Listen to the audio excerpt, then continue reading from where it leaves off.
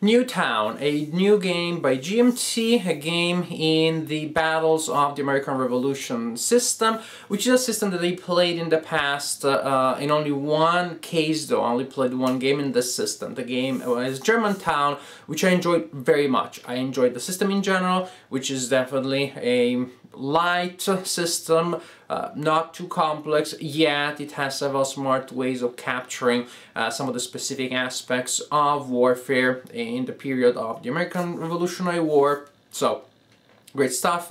I like the way in which the system was implemented in Germantown. I was really excited about Newtown. There are also other games in the system. I haven't played them yet, but I definitely want to play them at some point. Newtown, in any case, new game in this system. Newtown actually is two games, two separate battles that are included in this package, Newtown and Oriskany. Two battles, two maps, two different sets of counters, two sets of exclusive rules, games that play quite differently from one another. So from that point of view, good value for your money. Of course, then we have to see if the games are fun to play. That also is pretty important. Two different battles, but with a common thread, which is the participation of groups of Native Americans fighting together with the British against the American rebels. And what's happening here is that there are specific rules and specific ways in which the two games simulate some of the specific ways in which Native American troops would behave at the time. There are specific rules about leadership and interaction with terrain, specific maneuvers, a lot of little thingies here and there that need to be kept in mind, which possibly make Newtown not the best game for you to start with the Battles of the American Revolution series in any case, just because there's so many exclusive rules. So I'm sure that there are other games in the series that have less. In this video I'm not going to cover the basic ideas behind the Battles of the American Revolution system, because I already covered those in my video for Germantown. What I'm going to do is to tell you about the gameplay in the two games in this package, Newtown and Oriskany. This is the map for the Battle of Newtown, and Newtown is here, and this is the area that the Americans are trying to take control of. Actually, they're trying to destroy it. The Americans will enter from here at the beginning of the game with only a small number of units. There are reinforcements that will be placed on the turn track and that enter in the following turns. And so the Americans will make their way here to this area that has breastworks, and this is where the combined forces of British and Native units are waiting for them. The British and Native units all start on this side of the map, well, with the exception of one Native unit that starts around here. And the Native units are bound to this area. They cannot cross this line here unless they roll successfully on the sortie table. Well, simply on the sortie phase. There's a phase in which you roll to see if these units are free from that restriction. Other than that, only the one unit that starts on this side is available to move freely, and you can use it to threaten the rear guard of the Americans. Also because this is one of the very few games I've ever seen, if not the first one. Actually, this is the first one, the game in which I saw a counter for cows. A counter that represents a cattle herd. That's a cattle herd that belongs to the American player. The cattle herd will enter the map and will walk on that track there. And if the British native player takes control of it, then that's victory points for him. So the American player may have to divert some forces from the main attack to defend the rear guard, including from the threat of having the cattle herd stolen by the opponent. Special rules that apply to this scenario, not to other scenarios in the game. Well, first there are cards here that will give you special effects, powers.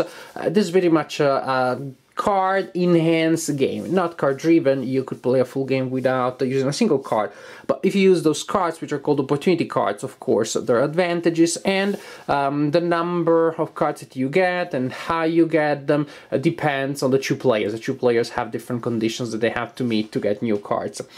But the biggest difference here is in the way in which the native units behave. There are many special rules that apply to them and not to anybody else.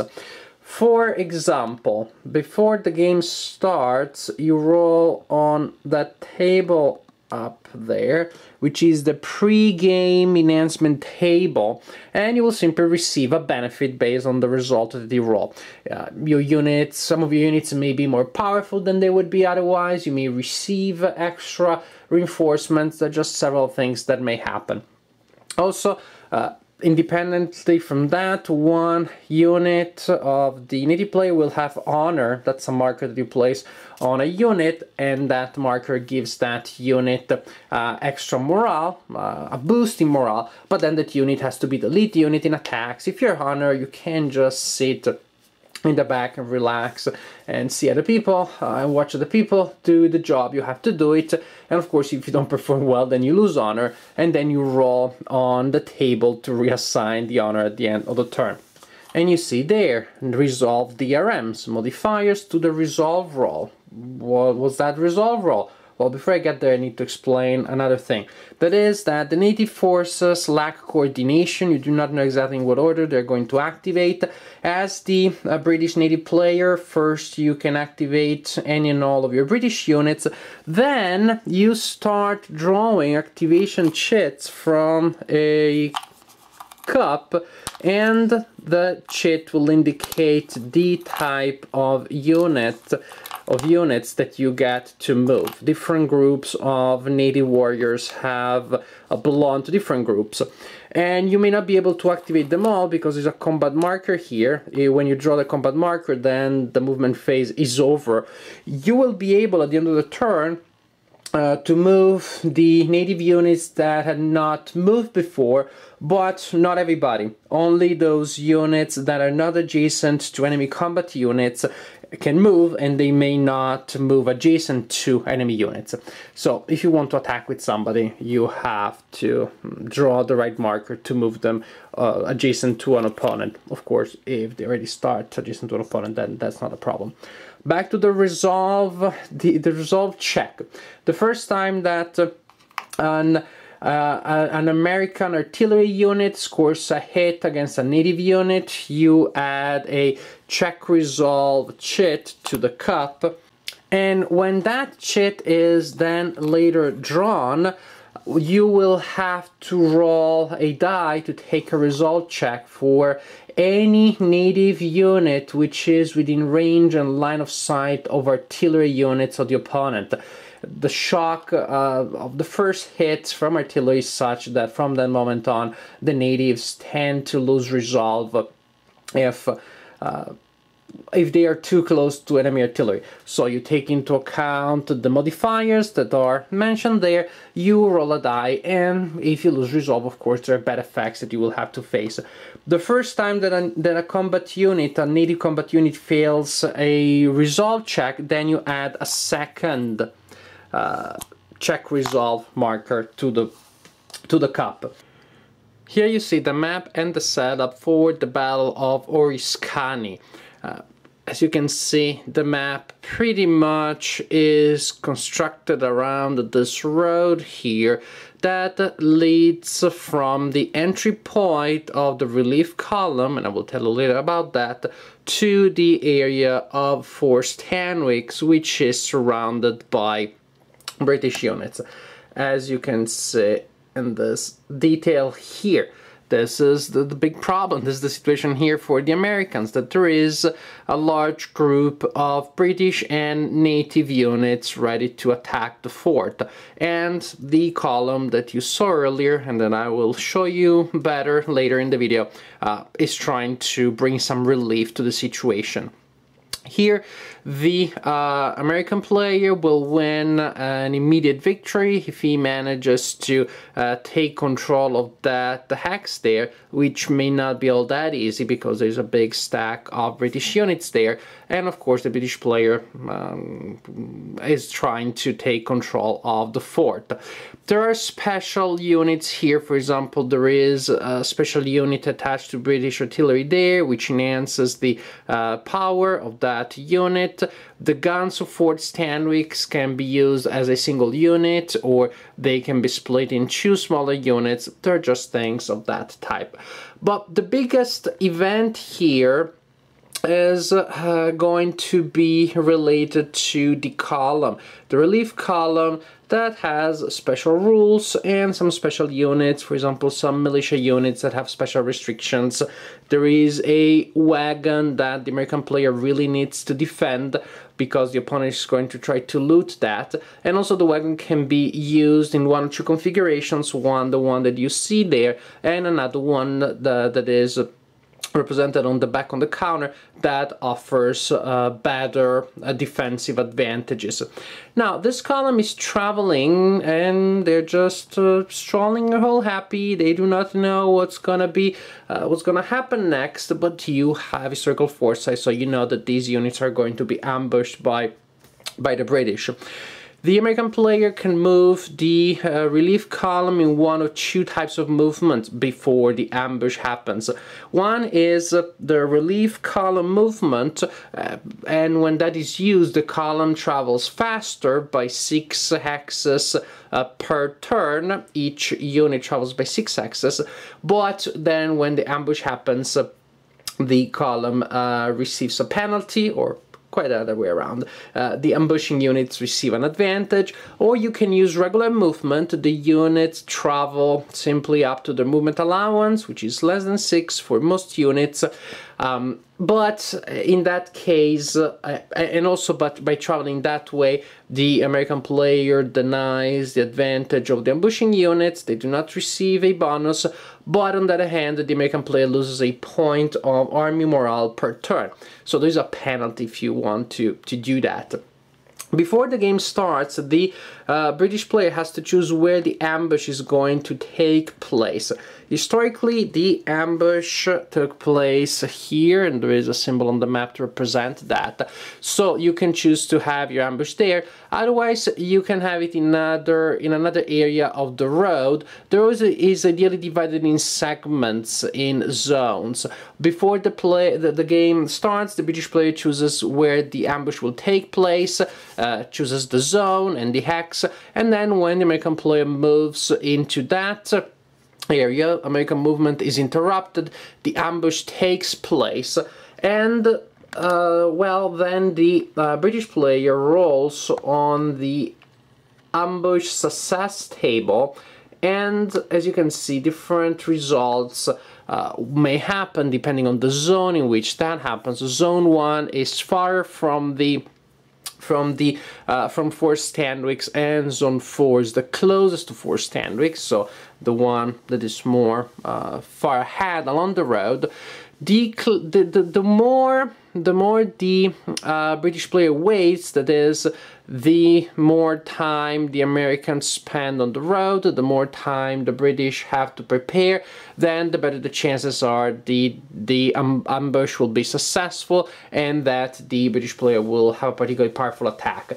Ambushing units may be able to use a special rifle attack, and then there will be regular combat. I will not get into the details. The general idea is the better you roll on this table, the more powerful your initial attack during the ambush is going to be when you're attacking as the British player. I have to tell you that I have very mixed feelings about this game, about these two battles. So, there are pluses and minuses, but I'm afraid that for me the minuses outnumber and outweigh the pluses. On the plus side, I didn't know anything about these two battles. For me it was a nice opportunity to learn more about these two battles and about warfare of the time of the American Revolutionary War involving Native American troops. That was interesting. I was glad to learn that. I played the game both battles in solitaire, and they're perfectly playable, even if in Orishkani you lose the surprise of when the ambush is going to happen. I guess you can roll a die if you really want to have that. But still, I managed to get a good sense of the battle, to study the strategy, to study the situation. Those things were interesting. But on the minus side, there are other things, which is that unfortunately both games felt quite scripted, and both games I felt that gave me very little options, gave me quote-unquote little to do as a player. So in Oriscani that is particularly evident. I have the sense that the main choice that a player or players in general making the game is to choose when and where to trigger the ambush. When the ambush happens, well, and the American player has to choose how to march with the relief column. But once the ambush happens, those two elements are not there anymore, and the game becomes pretty static. The Americans in the relief column will try to defend, will use their wagons in a defensive way, that gives them a good defense. Meanwhile, the defenders in Stanwix will just defend. The British and Native American units will storm Fort Stanwix and will attack the wagons. There isn't really much else that can be done. Again, there is at the beginning of the game, earlier in the game, the decision for the British player to choose how many units are committed to the ambush. But after that happens, again, after the attack has started, I just found that the game was really dry, really flat, because it was a series of attacks, resolved combat, sometimes people retreat and then they attack back. There were maneuvers, there weren't interesting movements of troops. I just felt that there weren't interesting decisions. The system and the victory conditions forced things to happen that way. With Newtown, things are a little less severe than that. I had the sense that there are slightly more options, but there's something about the pace that that kind of detracts from the experience. That is, the first couple of turns, again, there are many choices. The Americans need to advance, need to move towards Newtown, need to go through those breastworks. The native British units cannot move past those breastworks. Even if they can, I don't know that they really would want to early in the battle, because those breastworks are good. That's a good position. So what happens is the first couple of turns, the British and native units will move around the breastworks trying to figure out what's the best configuration for them, the best formation on the line to defend, and the Americans will try to get there as fast as they can, and again, to figure out a way in which, an order in which the units will attack, a disposition of the units along the line before they execute the final push. And once the push happens, you have slight attempts to outmaneuver, to outflank, but again, it is going to be pretty much a frontal clash. The British native units probably are not going to be able to hold the breastworks for long, and at that point they had to start moving back, and the movement is somewhere in between a retreat and a rout. There is something there in that the British native player still has to figure out a way to delay the Americans as much as possible during that retreat/rout.